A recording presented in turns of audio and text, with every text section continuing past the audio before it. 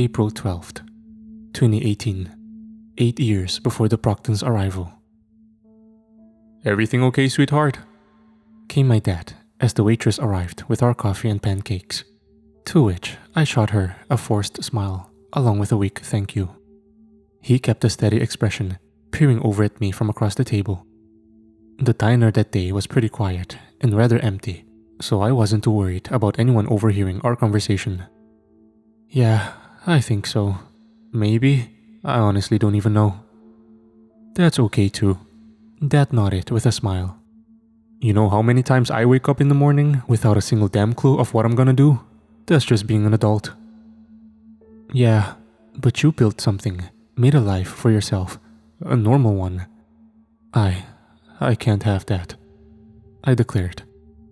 And as if on cue, I felt the temperature of the table's marble top increase beneath me as my forearms rested on it. I took a look down at my arms, watching as they began to shift color from the obvious pale shade that was my natural pigmentation to a bright sapphire blue. "Honey, is it happening again? Are you okay?" My dad blurted as he leaned forward, hesitant as to what to do. I got several other looks from those around the diner, everything from brief awkward glances to whispers around the table. Sure, with everything that was going on around the world currently, a girl with glowing blue arms and eyes surely wasn't the strangest thing to be seen. But it didn't end there. I felt what was now a pulsating, thumping sensation in my forearms, as if something was trying to break its way out. I knew what was coming, and I needed to get out of there before someone got hurt. I need to go now," I exhaled before practically throwing myself out of the booth and nearly falling onto the tile floor below. A passing waitress excused herself and gasped once she looked down at me. I broke eye contact immediately and headed straight for the diner's front door, throwing it open in a frantic panic and running out and making a hard right. A bit of sprinting later, and I found myself in the alleyway between both the diner and an adjacent office building. "Honey, wait up!" Dad shouted from behind, supposedly running after me. The throbbing in my forearms intensified and the brightness of their glow increased. I raised them, looking at them, and all I could think was, why me? Why now? "No, not now. Fucking no. God damn it!" I cursed frustratedly under my breath. Dad turned the corner before slowly approaching me with an extended arm. "Sarah, are you alright? Is it hurting?" A good question, and one with a simple answer. No, it didn't necessarily hurt me. But if I didn't learn to get this under control, it might hurt someone else. I gritted my teeth as the sensation in my forearms came to a climax, and with only a split second to react, I pointed my arms downward and allowed what needed to take place happen.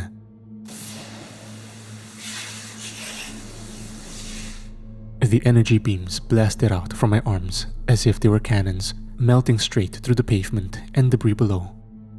It wasn't a painful sensation. The only thing that hurt was knowing how easily someone could die if I so much as shifted my arm by even a few degrees. The ejection of the beams only lasted a few seconds, and once it had stopped, there were two large, cylinder-shaped pits on either side of me. Peering down one of them showed me that the beams had hollowed it out deep enough to far surpass the sewer tunnels below. I turned, now facing my father. Tears approached the forefront of my eyes, and I couldn't watch as Dad ran toward me with open arms, throwing them both around me and practically putting me in a bear hug. "It's alright, sweetheart. We're gonna figure it out. I promise. I'll take you to the lab, and they'll have the best people on staff try to help you, and I'll be there making sure they take good care of you, okay?" I didn't respond, mainly because I didn't really have much to say. Trying to control these recently emerged abilities made me feel like I was a baby learning how to walk again. Except in this case, the worst case scenario wasn't just me falling on my face. Instead, it could be the death and instant obliteration of dozens of innocent lives. When I was a young man and first got my powers, they scared me too. I didn't know how to control them. But I learned, and I'm gonna help you do the same. You're not alone, sweetheart. I'll always be here for you. Always. "Hey, you're molten," came an unknown voice from the beginning of the alleyway threshold. "Can we get a picture for our campus display board?" My dad terminated the hug before turning around, and the both of us laid eyes on a group of men and women a couple years younger than myself, likely in college, as indicated by them all carrying either laptop bags or backpacks. It's always nice to meet fans, but I'm spending time with my daughter right now. Maybe another... Dad began before I cut him off while wiping my tears. He'd love to take one. I then looked at him with an insistent expression. Truth be told, I didn't want to be the reason he missed out on a moment of appreciation from the public, so I encouraged him to change his mind. After all, having a quiet normal moment with normal people is something we both could have used after this stressful month since my powers emerged.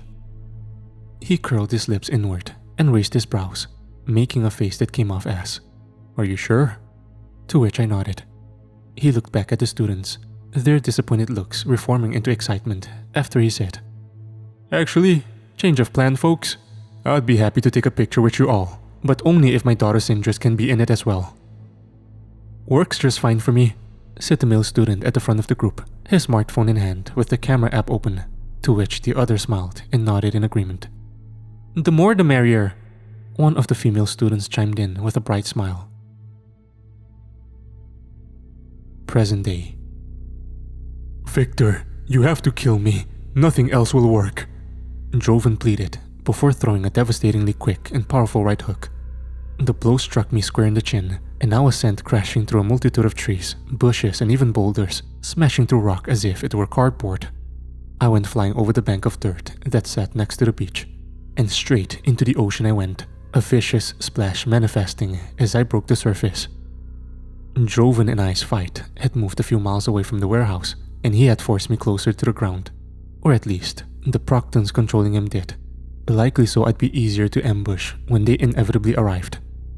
But as I looked up and saw the surface of the water dozens of feet above me, I realized I hadn't gotten the chance to take a breath before I had fallen beneath the surface.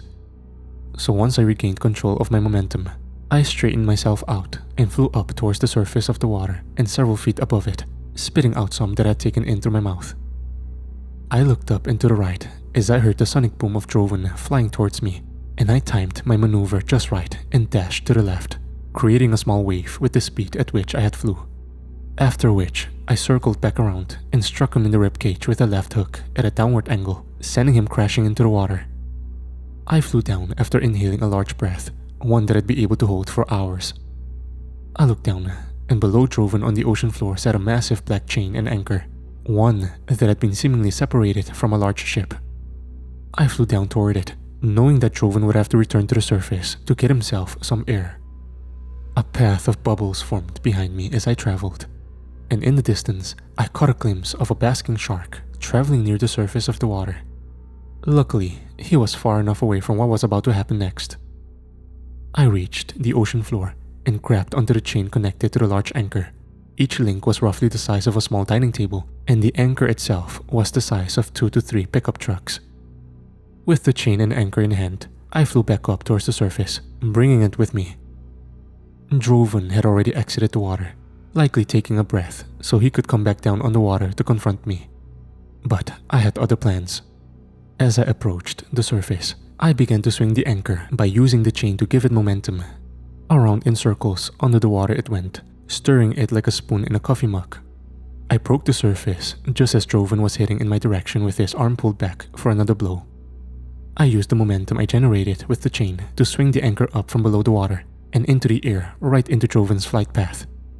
Caught off guard, the anchor collided with him at a devastating speed once emerging from the surface. The blow had thrown him multiple miles in the opposite direction, back toward land and into the cityscape. His body smashed and broke through the midsection of multiple skyscrapers, the first of which began to collapse in on itself due to the speed of the collision. I dropped the anchor and chain on the beach before I took off after him, a sonic boom erupting as I flew faster than I had in a long time. Blitzing past the beach, streets, and buildings like a human-sized bullet, the air around me began to blaze as I surpassed hypersonic speed. Windows shattered as I tore through the air like a human bullet powered by rocket fuel. Upon reaching a disoriented Droven, I approached and grabbed him around the neck, putting him in a chokehold as we hovered in the air. He squirmed and attempted to fight his way out, but I held my grip firm. "You have to fight it. You're strong, stronger than me. I won't let them make you their puppet. Victor, you don't understand. My memories, they're taking them. You have to kill me, please, before I lose them all.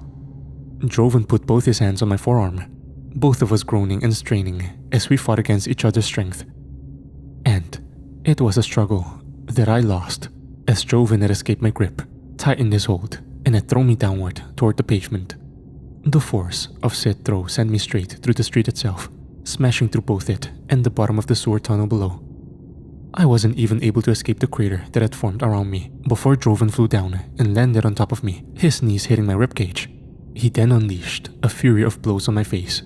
Left, right, left, so on and so forth. But he maintained his horrified expression with every punch he threw, even the one that knocked out one of my molars. The ground shook below. Dust kicked up each time he struck me. The rock and cement cracked and buckled. One blow was powerful enough to throw a pickup truck that sat on the road above us on its driver's side. I got a lucky punch to the chin off, sending Droven flying back and up, breaking off a chunk of the road's asphalt before crashing into the first floor of a flower shop across the street. I turned over and spat a sizable collection of blood, mucus, and saliva. Getting to my feet wasn't exactly a painless process, as I groaned from my broken ribs, but it was either push through the pain and keep fighting, or allow myself to keep getting wailed on until I met the creator himself. Slower than before, I bursted up from the crater and flew into the flower shop, only to be caught by the throat in a clothesline maneuver by Droven. He looked at me in a genuinely apologetic manner, just before slamming down onto the floor of the shop so hard that the ceiling began to collapse and fall around us. Victor, you have to kill me before they take all of them. My memories, they're slipping away, he pleaded as his fingers tightened around my throat. Blood from my nose and mouth dripped down onto his hand as he squeezed.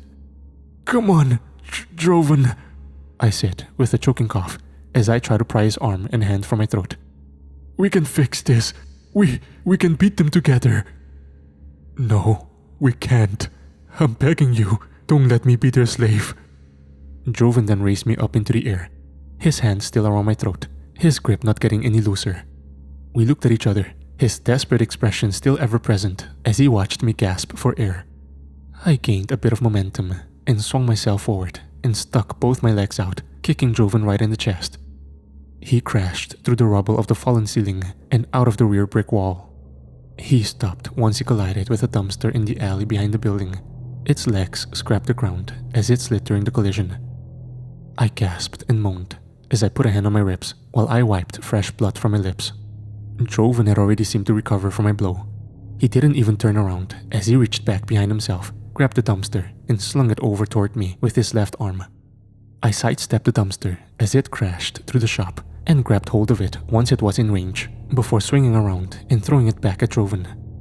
He took his eyes off me and was focused on it as it came toward him. I seized the opportunity to fly forward and tackle him after breaking through the dumpster. We flew and crashed through either the first or second floor of several more buildings, trading blows along the way. Concrete, brick, rebar, marble. We flew through all of it while struggling for the upper hand. Eventually, Droven threw a punch that landed on the left side of my ribcage.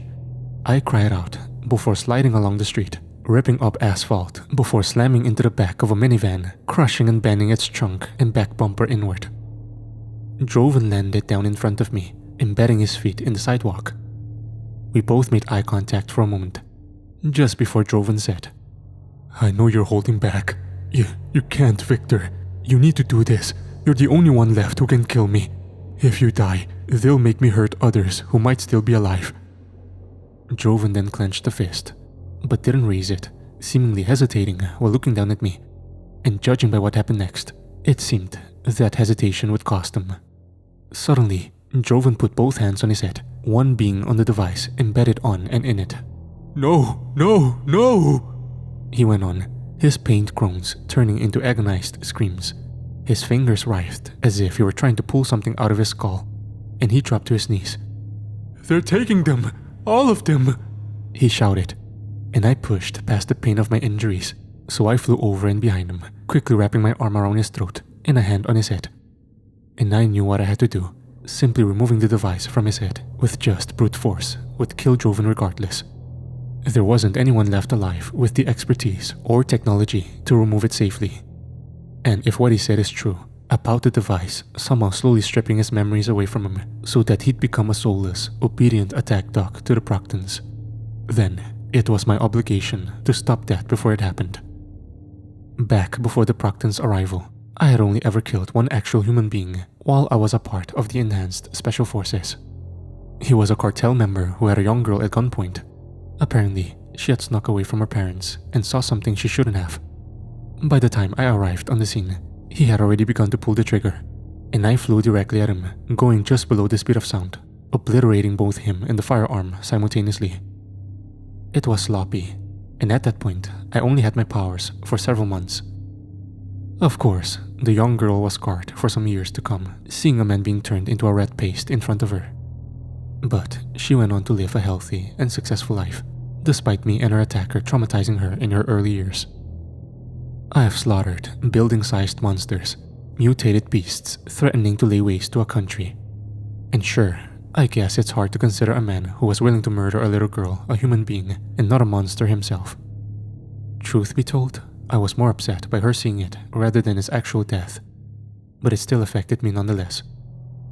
While I believe there are circumstances where taking a life is absolutely necessary, it still doesn't mentally prepare you for what comes next after you do it. But this was different. This was someone I knew. Someone who was good. Someone who had literally saved the planet several times. Someone who did it more than me, and better, as a matter of fact. I closed my eyes as I tightened my hold around Droven's neck as he struggled against me, and I looked out at the ruins in front of us, trying to conjure some sort of last-second solution. But, like Droven earlier, my hesitation would cost me. He kicked off the ground and flew directly upward, slamming the top of his head into my chin, sending me dozens of stories into the air, and resuming our battle once more.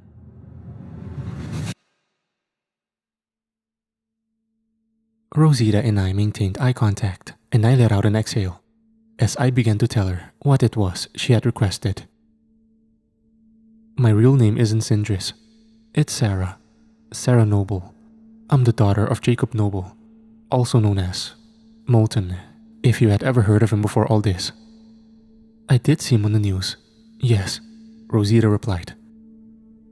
Well, when the Proctons first came to Earth, he, myself, Rubble, and several other heroes were sent as a first line of defense when they attacked the East Coast.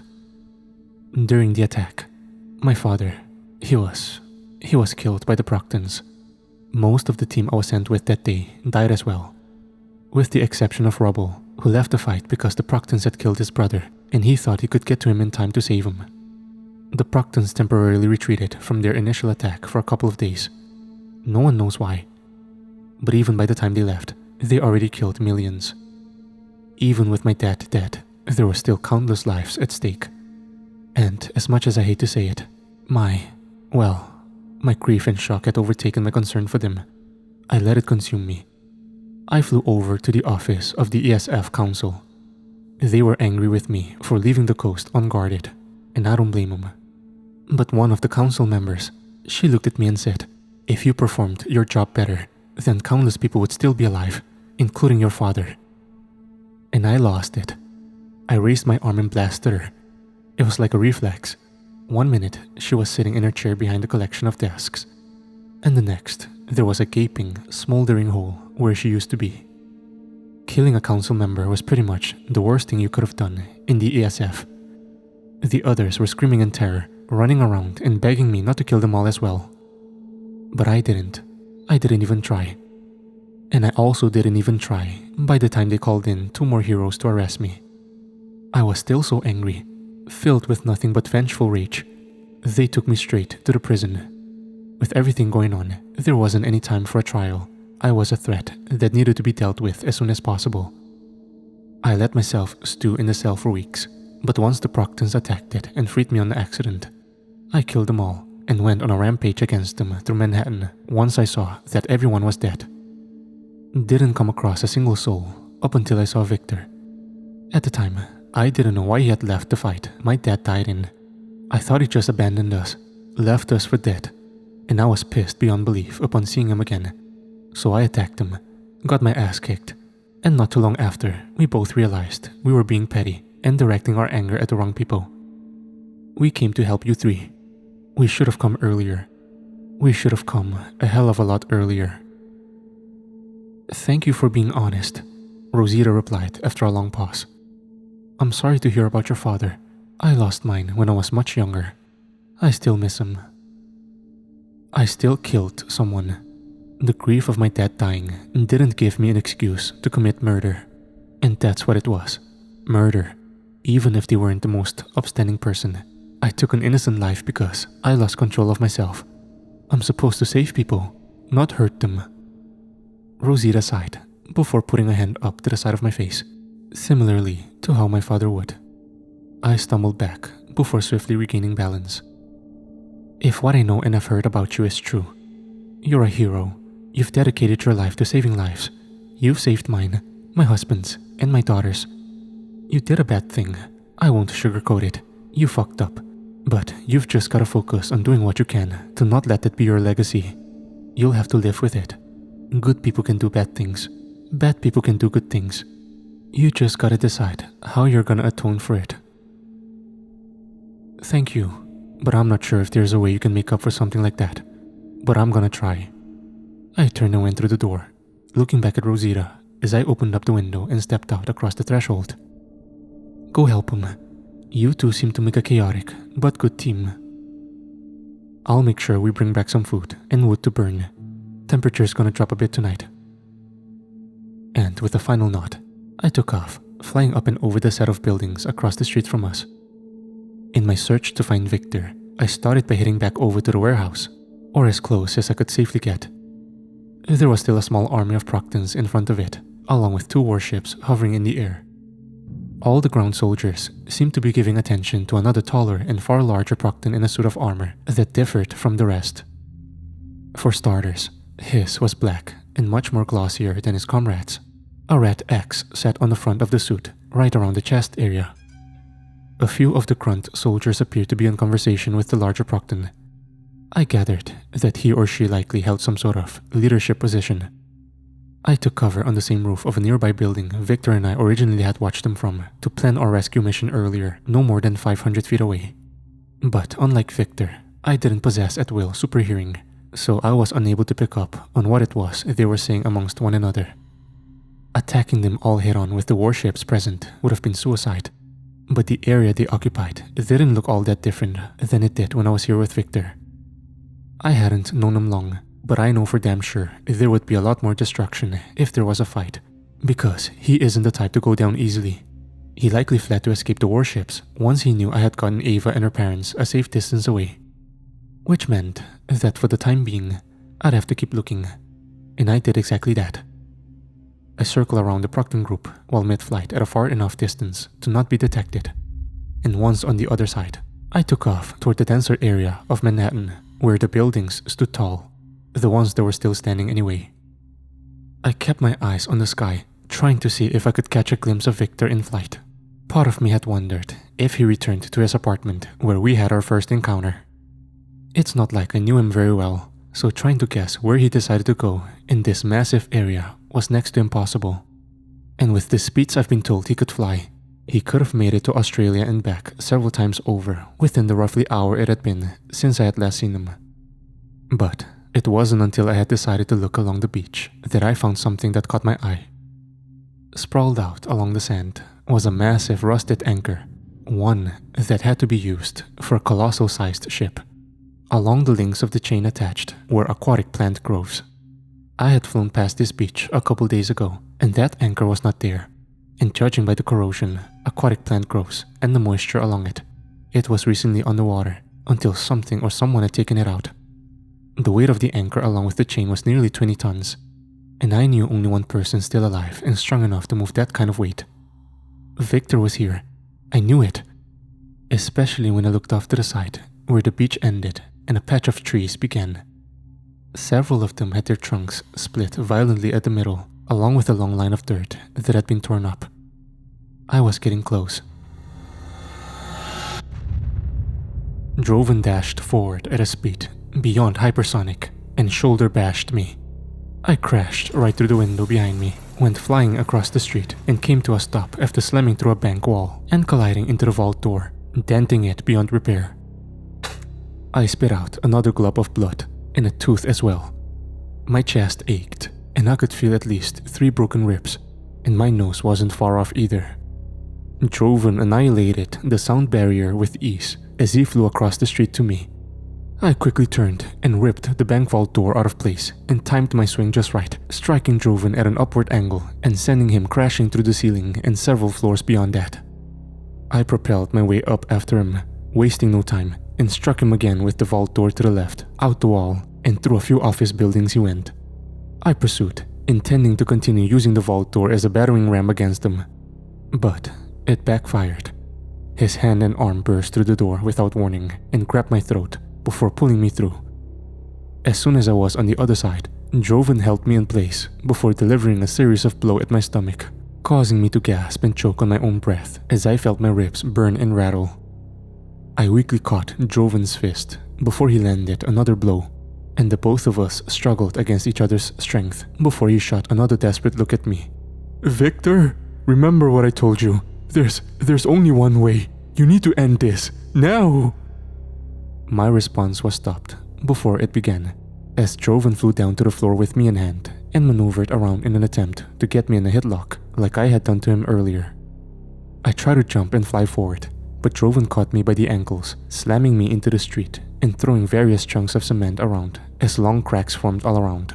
Droven then quickly flew behind me, and his arm was soon around my neck. I kicked and tried to take off in a forward motion to escape the hold, but he simply held me there as if I were his little brother. I attempted a backward swing that I counted on landing, but Droven endured the blow. "Victor, you can't let me do this," he cried as I felt the tightening of his forearm on my throat. I'm sorry. I should have found you sooner. I could have saved you," I choked. "Stop! You're gonna make it out of this. Just keep fighting," he fired back as he squeezed, the pressure of his palm clamping down on my windpipe. I stomped the ground as a reflex, embedding my foot in the cement and buckling it around my shin. Several vehicles near us were thrown on their sides. I battled with all my might to escape Droven's grasp. "My wife! I'm forgetting her!" he shouted. Droven then increased the tightness of his grip. I kept struggling to fight my way loose to no avail. My throat felt as if it were narrowing, and I couldn't tell if I wanted to choke or cough. I started to feel lighter. I was losing consciousness, and it wouldn't have been much longer before I finally blacked out. Up until I felt the sudden relief of the pressure on my neck. Droven's grip had suddenly ceased. I turned around while holding onto my ribs with my left hand, and to my shock, there stood Sindris across the street, pointing her glowing arms in my direction. Opposite her of the street was a massive, smoldering hole in the wall of a steakhouse. A hole that was the result of her blasting Droven right through it. I muttered up a soft, "Thank you," to her, before wiping a streak of blood from below my bottom lip. "I need you to get out of here. Now. You're hurt." She paused it before floating her way over to me. "I noticed," I shot back with a croaking tone before spitting to my left. "If whoever that was is tough enough to hand you your ass, then that blast isn't gonna keep him away for long.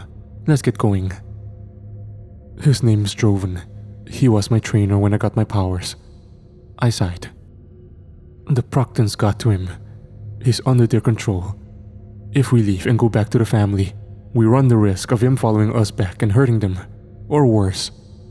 Sindris and I paused, and I could hear the sound of a large sonic boom in the distance.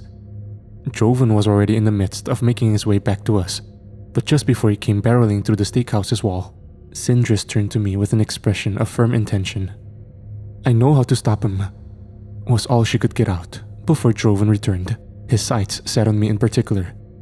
He flew toward the both of us with his arms sticking out, his hands balled up into fists at the ends of them. Sindris aimed her arms and fired both her beams. The blast knocked him back across the street, but didn't do much to keep him down for long. He lunged and flew back at both of us. I blitzed forward in an attempt to stop him, but he collided with us nonetheless, striking Sindris and I with devastating punches. Within seconds, we were already 3 blocks away and still flailing. I was able to stop my momentum just before slamming into an old museum like a man-shaped asteroid. Sindris wasn't as lucky. Her body annihilated the front door and wall surrounding it. I pushed off the ground as I heard Droven rapidly approaching me, his fist and arm pulled back. The resulting shockwave from the punch to my chin shattered the remaining windows around us. Turning with it only reduced the pain so much. I could hear multiple teeth snap and break. Another blow came to my stomach, knocking the wind from me. A silent gasp came as Droven then wrapped both his hands around my neck and flew forward with me in his grasp. His previous look of horror shifting into one of malicious rage. "You," he growled. "Leave me alone." Before I even had the time to resist, Sindris had blasted him away and off of me after bursting out of the museum. The momentum from him flying with me still remained, and I crashed straight through a semi-trailer, spilling various cardboard boxes and other cargo all along the street. I sat back after coming to a stop, rubble and broken concrete surrounding me. Sindris was aiming her arms at Droven off in the distance. I could hear him flying toward her, but he speed blitzed her before she could activate a good shot. He hit her so fast, so hard, and so loud, that even for me, it seemed to happen all so quickly. The ground beneath them cracked. She didn't even have time to go flying, because Droven launched forward and caught her in his grasp before that could even transpire. 1 second, she was standing there, pointing her hands forward. The next, she was hanging upside down, while her foot was in Droven's right hand. Blood seeped out of her nostrils and lip. Her jaw looked like it was close to dislocating. All she could do was groan. He hit her so hard that she seemed to have forgotten what she was doing. Weakly, I lunged and flew at him with everything I had, the very air around me igniting. I struck him square in the chest and wrapped my arms around his back, making him drop Sindris. I only ended up getting him half a mile away before he slammed both his hands on my back, mid-flight, killing the momentum and making me wince as I ended up underneath the road below us in the basement of a stray building, the several feet of concrete between it and me doing nothing to impede my collision. I tried to fly up, but Droven's left fist slamming into my jaw put me right back where I was for half a second before a kick to my ribs sent me crashing through the support beams and to the other side of the rusted expanse. My ribs were burning, my mouth ached from my missing teeth, and my back felt as if I were a regular person who had an anvil dropped on it. I truly thought that this might just be my last fight. Droven spat toward me and delivered several more blows, punching me dozens of times a second. Hell, when the teeth and blood went flying out, he was able to land numerous punches in the time it took them to hit the floor and walls. "Get out of my city, monster!" he shouted, before once again wrapping his hands around my throat and sliding me up the wall to be at eye level with him. "It's me, Dro," I choked, failing to fight back against his grasp. "It's Victor." I could feel my face turn red as my throat tightened. I was able to land a blow in Droven's stomach, but he simply stood there and took it, as if I hadn't hit him at all. He showed his teeth, almost growling as he choked. This wasn't anger. It was defensive rage. Rage and adrenaline that helped to fuel him with a temporary strength boost. A boost that was proportional to his superhuman attributes, and it had put him at a level far above myself. It had been some time since I last blacked out in my career. This experience was disorienting. It wasn't a drawn-out moment where I could feel myself slowly slipping away. Instead, there was an instance where I was staring down the now murderous-looking Droven as he ferociously squeezed the air from my windpipe. And then, there was one where I woke up. The muffled sound of popping and crackling, wood burning in a fireplace. I turned my side, seeing an empty queen-size bed on the left, similar to the one I was in. A TV set mounted on the adjacent wall in front of both beds, powered off for obvious reasons. Next to me was a nightstand with various complimentary hotel items on top. Towels, soaps, washcloths, so on and so forth. I expected pain when I sat up. After all, Droven had broken multiple ribs in our fight and probably busted up a few other things as well. But instead of groaning in agony, I sighed with relief. I was able to stretch without even the slightest pinch or sting. I felt not only healed, but stronger than ever. Stronger than before at the very least. On top of that, My mood was surprisingly great. My spirits had never been higher in the last several months, which wasn't saying much, I guess. I could hear the chatter of a few familiar voices coming from my right, soon followed by the sounds of footsteps approaching the door to the room. The knob turns, and Sindris enters, and surprisingly with a smile and not a single drop of blood or scar anywhere on her face. And I know damn well Droven had knocked her around pretty good, just as he did to me. Hell, I was surprised to even see her alive. "You look untouched. How long was I out?" I asked, now completely off the bed. "Less than an hour. Found one of the Procton's sonic grenades and was able to distract him with that long enough to fly off with you. He nearly killed us both, choked you out, and was ready to bash your skull in right before I blasted him away in time. Ended up breaking one of my legs before I got away though. Never thought that would be possible after the experiments. Hurt like holy hell. Even with my advanced healing, I still would have both felt and shown signs of being hurt for several hours after suffering the wounds that I did. But all in all, I was just grateful to still be alive, and thankful that Sindris was the main reason for that. Appreciate the help. Thank you. But Droven, how was he?" Sindris paused and looked to the side before answering. "But whatever that thing they put on his head is, it made him mindless. When I fought back against him to save you, he was barely speaking complete sentences by the end of it, saying things like, 'I destroy you now.' Not sure if there's much of him left up there." "If I knew he was still alive, I could have stopped it. I could have saved him. Before they got to him," I muttered.